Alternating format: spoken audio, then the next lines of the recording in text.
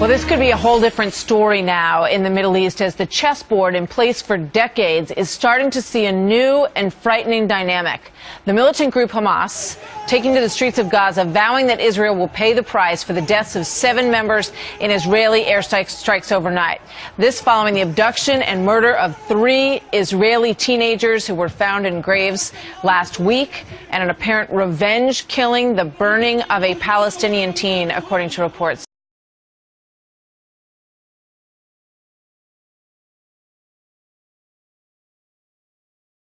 Things are very, very tense in this situation. Katie McFarland joins us now, our Fox News national security analyst.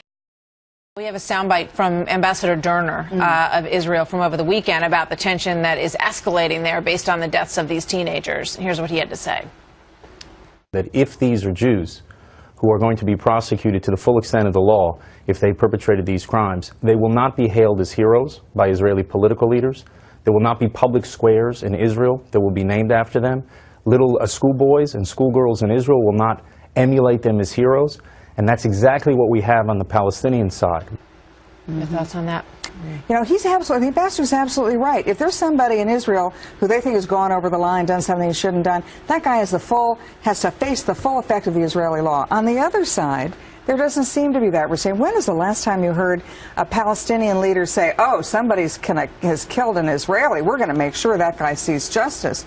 It is it's almost like there's a different standard. And we should understand they are not equivalent standards, that the Israelis treat the kind of ensuing violence that happens very differently than the Palestinians do. It's almost to the extent that the Palestinians are inciting the violence, hoping the Israelis respond, hoping that it gets to be a bigger fight. I mean, you can't kill 3 Israeli teenagers without hoping and knowing that there will be retaliation. Yeah.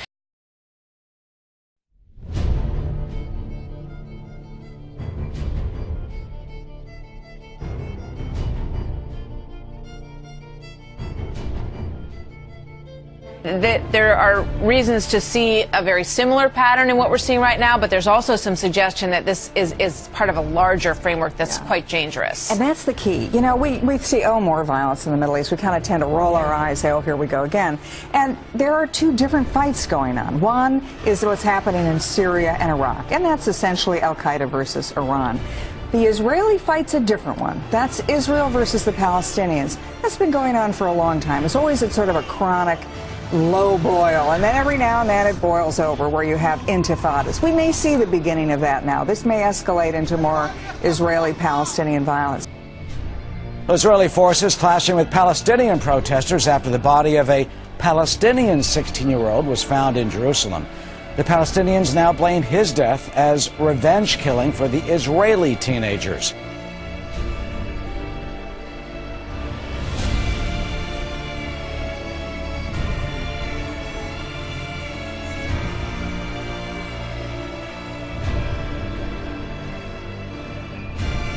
The concern I've got is if those 2 groups get together, if those 2 fights join.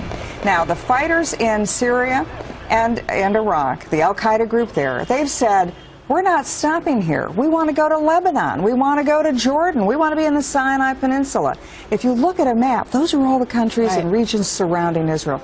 So Israel may have a much bigger problem on its hands than just the Palestinians on its border. If it has Syria, Jordan, Lebanon on its north and east, as well as potentially in the Sinai Peninsula on its south, if it's got to defend against all of those al-Qaeda-linked groups, then this is a much bigger fight.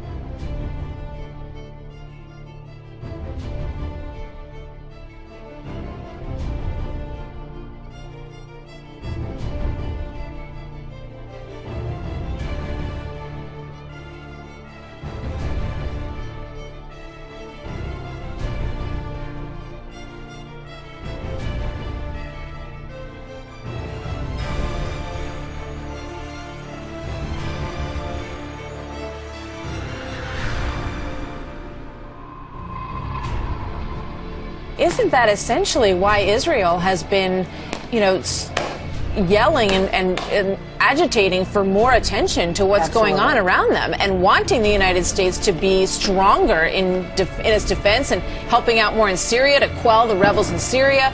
You know, I mean, they've always been concerned that this is a tinderbox all around them. And that it's getting worse.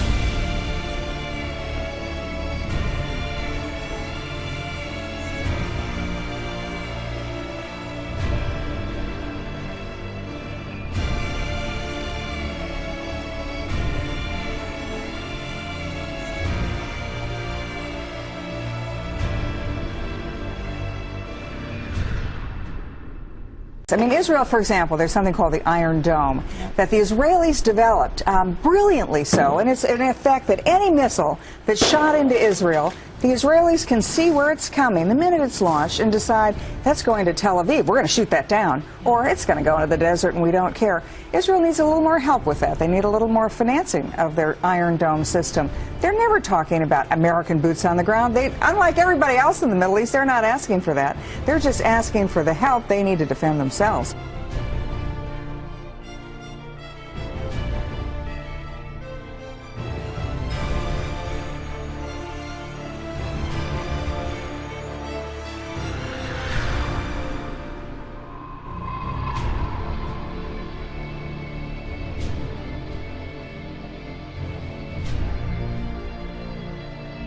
Do you see any signs that these groups are linking, that they are, you know, supported by each other, or are they just sort of peripherally fortified by a common cause? Well, you know, you'll only know that when it starts happening. I mean, they're not all going to carry card-carrying members of Al-Qaeda, but Al-Qaeda, the new leader in this new state of Syria,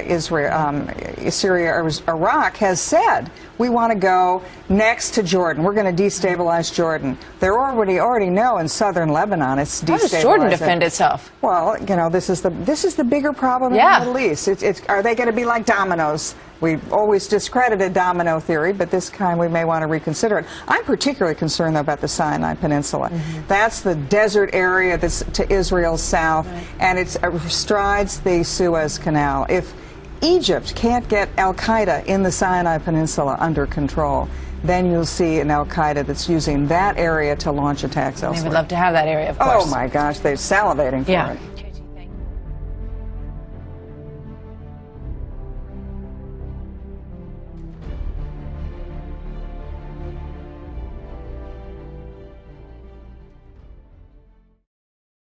This is alert now. There is chaos yet again in the Middle East, as shown here.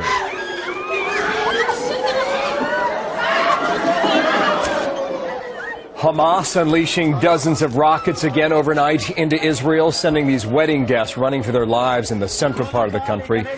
As Israel launches its largest offensive in 2 years against several targets inside the Gaza Strip.